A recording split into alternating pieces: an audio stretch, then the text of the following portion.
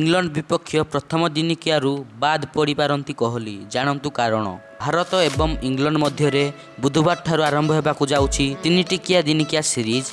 एही सीरीज पूर्व team India को झटका लागिपारे। मांसपेशी रे आघात कारण प्रथम दिनिकियारू बाद पड़िसंती कोहली, किंतु ए नहीं आधिकारिक भावे कौन सूचना दि जाई नथिबा बेले रिपोर्ट रु जना पड़ी। भारत एवं इंग्लैंड मध्य द्वितीय टी20 खेला जाउथिबा बेले कोहली पिठी रे जंत्रणा अनुभव करुथिले।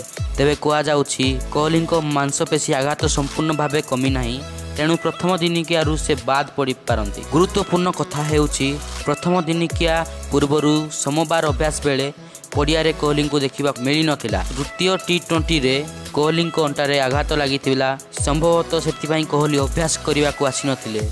अन्यपटे खराब फॉर्म जगू लगातार भावे समालोचनार शिकार होती विराट।